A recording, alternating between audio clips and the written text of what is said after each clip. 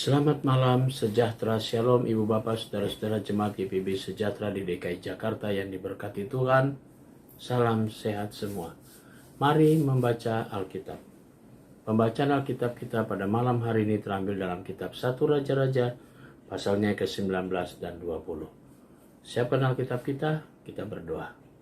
Segala puji dan hormat kami naikkan padamu Tuhan Yesus. Engkau sudah menyertai sepekan lamanya langkah hidup kami. Kini kami akan memasuki tidur malam kami. Kami mau memberikan diri kami sepenuhnya dalam tuntunan Roh Kudus-Mu sebelum kami beristirahat. Karena kami akan membaca Alkitab yang berintikan firman Allah. Biarlah Roh Kudus-Mu yang Kau karuniakan kepada kami menguatkan tubuh kami dan kami fokus dalam pembacaan Alkitab malam ini. Doa ini kami alaskan dalam nama Yesus Kristus, Tuhan dan Juru Selamat kami yang hidup. Amin. Pembacaan Alkitab pada malam hari ini terambil dari Perjanjian Lama, 1 Raja-Raja 19 dan 20. Elia ke Gunung Horeb. Ketika Ahab memberitahukan kepada Isabel segala yang dilakukan Elia dan perihal Elia membunuh semua nabi itu dengan pedang, maka Isabel menyuruh seorang suruhan mengatakan kepada Elia, "Beginilah kiranya para Allah menghukum aku, bahkan lebih lagi daripada itu, jika besok kira-kira pada waktu itu, aku tidak membuat nyawamu sama seperti nyawa salah seorang dari mereka itu." Maka takutlah ia, lalu bangkit dan pergi menyelamatkan nyawanya, dan setelah sampai ke Berseba, yang termasuk wilayah Yehuda, ia meninggalkan bujangnya di sana. Tetapi ia sendiri masuk ke padang gurun sehari perjalanan jauhnya, lalu duduk di bawah sebuah pohon arar. Kemudian ia ingin mati, katanya, "Cukuplah itu. Sekarang ya Tuhan, ambillah nyawaku, sebab aku tidak lebih baik daripada nenek moyangku." Sesudah itu ia berbaring dan tidur di bawah pohon arar itu. Tetapi tiba-tiba seorang malaikat menyentuh dia serta berkata kepadanya, "Bangunlah, makanlah." Ketika ia melihat sekitarnya, maka pada sebelah kepalanya ada roti bakar dan sebuah kendi berisi air. Lalu ia makan dan minum, kemudian berbaring pula. Tetapi malaikat Tuhan datang untuk kedua kalinya dan menyentuh dia serta berkata, "Bangunlah, makanlah, sebab kalau tidak, perjalananmu nanti terlalu jauh bagimu." Maka bangunlah ia, lalu makan dan minum, dan oleh kekuatan makanan itu ia berjalan 40 hari 40 malam lamanya sampai ke gunung Allah, yakni Gunung Horeb. Di sana masuklah ia ke dalam sebuah gua dan bermalam di situ. Maka firman Tuhan datang kepadanya, demikian, "Apakah kerjamu di sini, hai Elia?" Jawabnya, "Aku bekerja segiat-giatnya bagi Tuhan, Allah semesta alam, karena orang Israel meninggalkan perjanjianmu, meruntuhkan mezbah-mezbahmu, dan membunuh nabi-nabimu dengan pedang. Hanya aku seorang dirilah yang masih hidup, dan mereka ingin mencabut nyawaku." Lalu firman-Nya, "Keluarlah dan berdiri di atas gunung itu di hadapan Tuhan." Maka Tuhan lalu, angin besar dan kuat yang membelah gunung-gunung dan memecahkan bukit-bukit batu, mendahului Tuhan. Tetapi tidak ada Tuhan dalam angin itu. Dan sesudah angin itu datanglah gempa, tetapi tidak ada Tuhan dalam gempa itu. Dan sesudah gempa itu datanglah api, tetapi tidak ada Tuhan dalam api itu. Dan sesudah api itu datang, bunyilah angin sepoi-sepoi basah. Segera sesudah Elia mendengarnya, ia menyelubungi mukanya dengan jubahnya, lalu pergi keluar dan berdiri di pintu gua itu. Maka datanglah suaranya kepadanya yang berbunyi, "Apakah kerjamu di sini, hai Elia?" Jawabnya, "Aku bekerja segiat-giatnya bagi Tuhan, Allah semesta alam. Karena orang Israel meninggalkan perjanjianmu, meruntuhkan mesbah-mesbahmu, dan membunuh nabi-nabimu dengan pedang. Hanya aku seorang dirilah yang masih hidup, dan mereka ingin mencabut nyawaku." Firman Tuhan kepadanya, "Pergilah, kembalilah ke jalanmu, melalui padang gurun ke Damsyik, dan setelah engkau sampai, engkau harus mengurapi Hazael menjadi raja atas Aram. Juga Yehu, cucu Nimsi, haruslah kau urapi menjadi raja atas Israel. Dan Elisa bin Safat dari Abel Mehola harus kau urapi menjadi nabi, menggantikan engkau. Maka siapa yang terluput dari pedang Hazael akan dibunuh oleh Yehu, dan siapa yang terluput dari pedang Yehu akan dibunuh oleh Elisa. Tetapi aku akan meninggalkan 7.000 orang di Israel, yakni semua orang yang tidak sujud menyembah Baal dan yang mulutnya tidak mencium dia." Setelah Elia pergi dari sana, ia bertemu dengan Elisa bin Safat yang sedang membajak dengan 12 pasang lembu, sedang ia sendiri mengemudikan yang ke-12. Ketika Elia lalu dari dekatnya, ia melemparkan jubah kepadanya. Lalu Elisa meninggalkan lembu itu dan berlari mengikuti Elia. Katanya, "Biarkanlah aku mencium ayahku dan ibuku dahulu, lalu aku akan mengikut engkau." Jawabnya kepadanya, "Baiklah, pulang dahulu, dan ingatlah apa yang telah kuperbuat kepadamu." Lalu berbaliklah ia daripada Elia.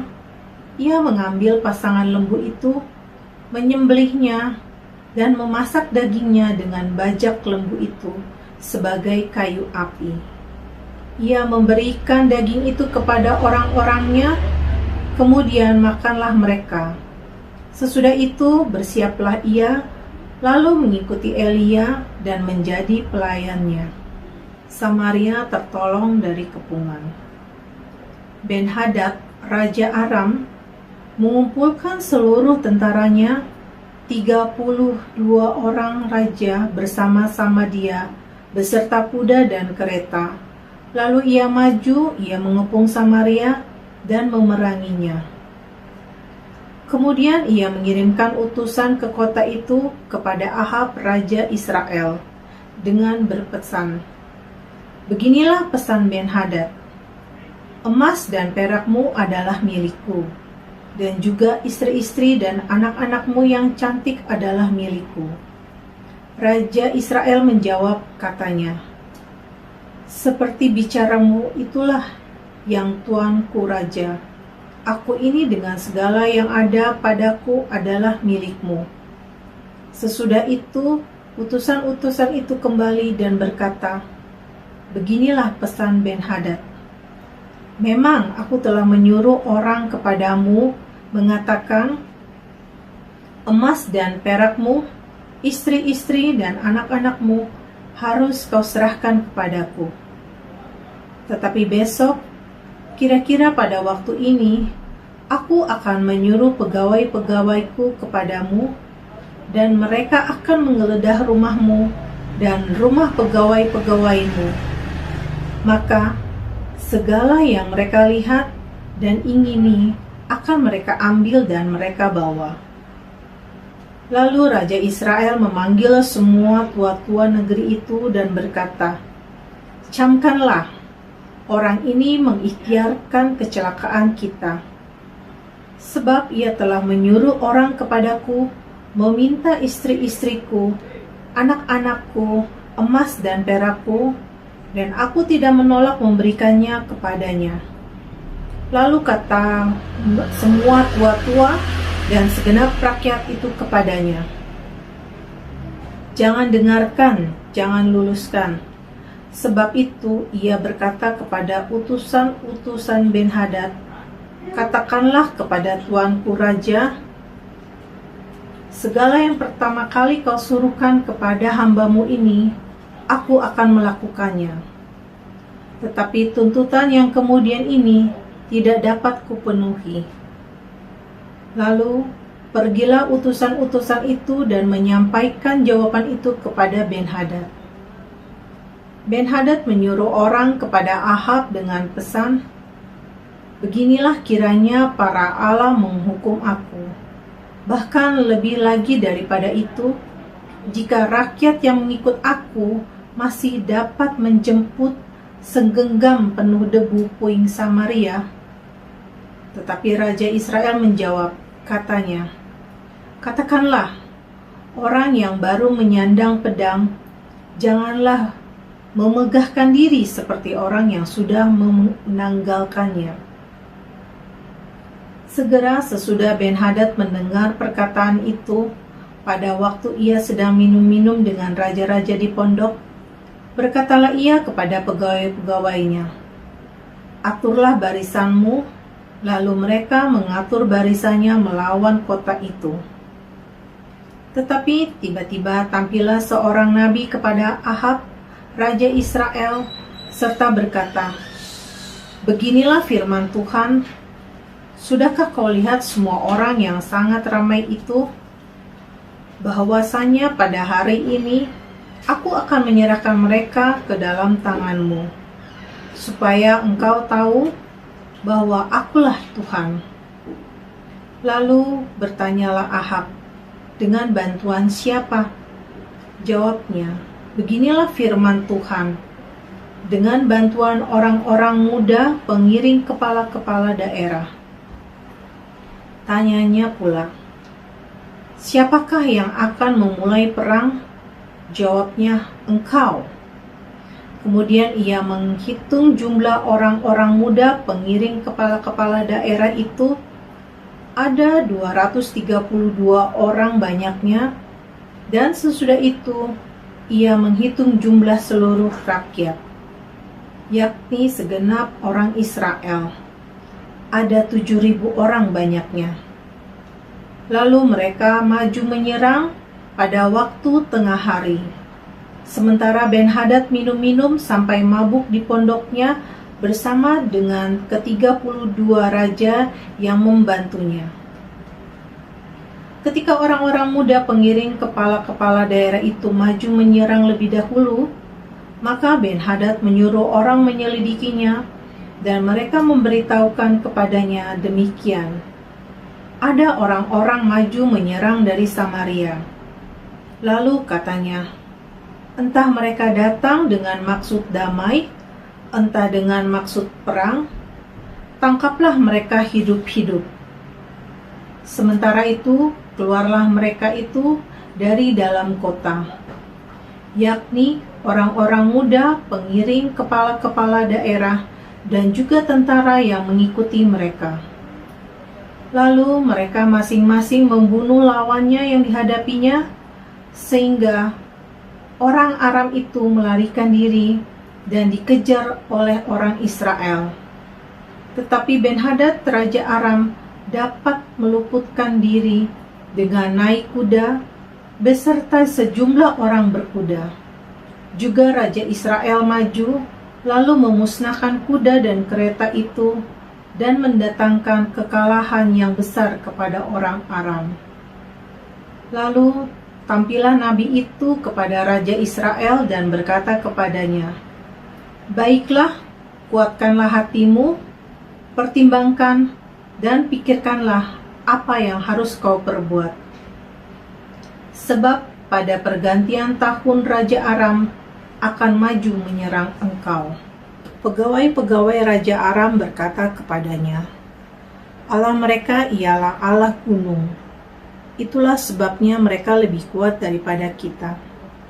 Tetapi apabila kita berperang melawan mereka di tanah rata, pastilah kita lebih kuat daripada mereka. Bertindaklah begini, pecatlah raja-raja itu masing-masing dari kedudukannya, dan angkatlah bupati-bupati menggantikan mereka. Lalu kerahkanlah tentara sebanyak tentara yang telah gugur dari pihakmu itu. Demikian pula kuda dan kereta sebanyak yang dahulu. Mari kita berperang melawan mereka di tanah rata. Pastikan kita lebih kuat daripada mereka. Raja mendengarkan usul mereka dan bertindak demikian. Dalam waktu yang berikutnya, Ben-Hadad memeriksa barisan orang Aram, lalu ia maju ke Afek untuk berperang melawan orang Israel. Orang Israel pun memeriksa barisannya, dan setelah dibekali, mereka berangkat menghadapi orang Aram. Orang Israel berkemah di hadapan mereka, seperti dua kawanan kambing, sedang orang Aram telah datang membanjiri negeri itu. Maka tampillah abdi Allah dan berkata kepada Raja Israel, "Beginilah firman Tuhan. Oleh karena orang Aram itu telah berkata, Tuhan ialah Allah gunung dan bukan Allah dataran, maka aku akan menyerahkan seluruh tentara yang besar itu ke dalam tanganmu. Supaya kamu tahu bahwa akulah Tuhan." 7 hari lamanya mereka berkemah berhadap-hadapan, tetapi pada hari yang ke-7 mulailah pertempuran. Dan pada suatu hari orang Israel menewaskan 100.000 orang berjalan kaki dari orang Aram itu.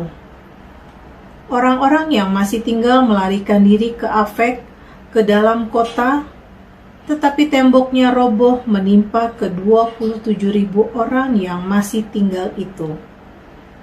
Sementara itu Ben-Hadad melarikan diri dan masuk ke kota dan bersembunyi dari satu kamar ke kamar yang lain.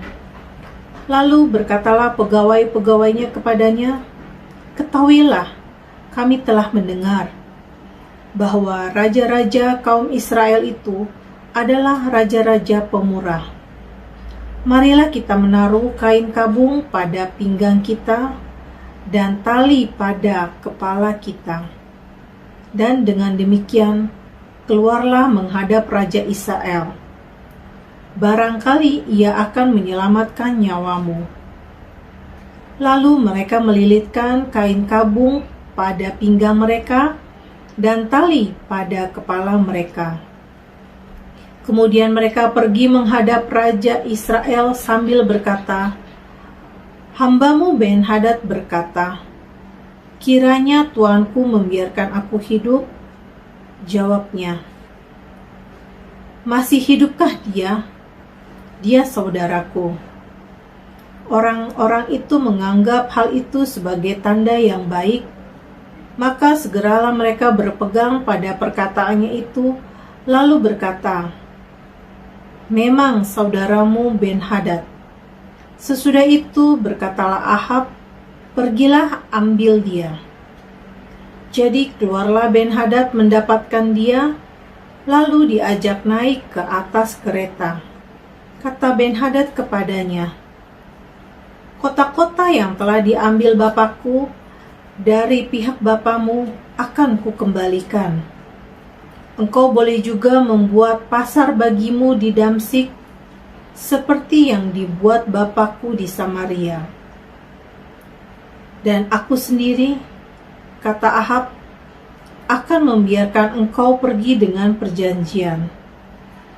Lalu ia mengadakan perjanjian dengan dia dan membiarkannya pergi. Seorang dari rombongan Nabi berkata kepada temannya atas perintah Tuhan, "Pukullah aku." Tetapi orang itu menolak memukulnya. Lalu ia berkata olehnya, "Sebab engkau tidak mendengarkan suara Tuhan, ketahuilah, apabila engkau pergi daripadaku, seekor singa akan menerkam engkau. Dan ketika orang itu pergi daripadanya, maka seekor singa bertemu dengan dia, lalu menerkam dia. Kemudian nabi itu bertemu dengan orang lain, lalu ia berkata, "Pukullah aku." Orang itu memukul dan melukai dia. Sesudah itu nabi itu pergi dan berdiri menantikan raja di jalan, sambil menyamar dengan membubuhkan kain pembalut pada matanya. Pada waktu raja lewat, ia mengadukan halnya kepada raja. Katanya, "Ketika hambamu ini maju ke tengah pertempuran, tiba-tiba ada seorang meninggalkan barisan dan membawa seorang kepadaku sambil berkata, 'Jagalah orang ini. Jika ia kehilangan dengan cara bagaimanapun juga, maka nyawamu adalah ganti nyawanya, atau engkau harus membayar setalenta perak.' Ketika hambamu ini repot sana-sini, orang itu menghilang. Ketika Raja Israel itu berkata kepadanya, 'Begitu jugalah hukumanmu, engkau sendiri telah menetapkannya.' Lalu segeralah ia membuka kain pembalut itu dari matanya, sehingga Raja Israel mengenali dia sebagai seorang dari rombongan nabi. Kata nabi itu kepadanya, 'Beginilah firman Tuhan. Oleh karena engkau telah membiarkan lolos orang yang dikhususkan bagiku untuk ditumpas, maka nyawamu adalah ganti nyawanya, dan rakyatmu ganti rakyatnya.' Lalu Raja Israel pergi ke istananya dengan kesal hati dan gusar. Maka sampailah ia di Samaria. Demikian pembacaan Alkitab. Mari kita satu dalam doa. Kami mengucap syukur dan berterima kasih ya Bapa di sorga untuk segala berkat-Mu di malam hari ini, di mana Engkau sudah memberkati kami dalam pembacaan Alkitab. Malam menjadi bagian bagi kami semua untuk memasuki tidur malam kami. Tuhan, Engkau karuniakan kepada kami kuasa-Mu melalui Roh Kudus-Mu yang akan melindungi kami dan menjaga kami sepanjang istirahat malam kami. Besok pagi kami boleh bangun dengan tubuh yang diberkati Tuhan. Kami boleh ambil bagian bersama dengan umat kepunyaan Tuhan memasuki ibadah hari Minggu. Terima kasih Tuhan Yesus, inilah doa kami. Kami menyerahkan juga jemaat GPIB Sejahtera di DKI Jakarta, tiap rumah, tiap pribadi, tiap keluarga. Kami serahkan doa kami dalam nama-Mu Yesus Kristus, Tuhan dan Juru Selamat kami yang hidup. Kami sudah berdoa dan mengucap syukur kepada Bapa di sorga. Amin. Selamat malam, selamat beristirahat. Tuhan memberkati saudara.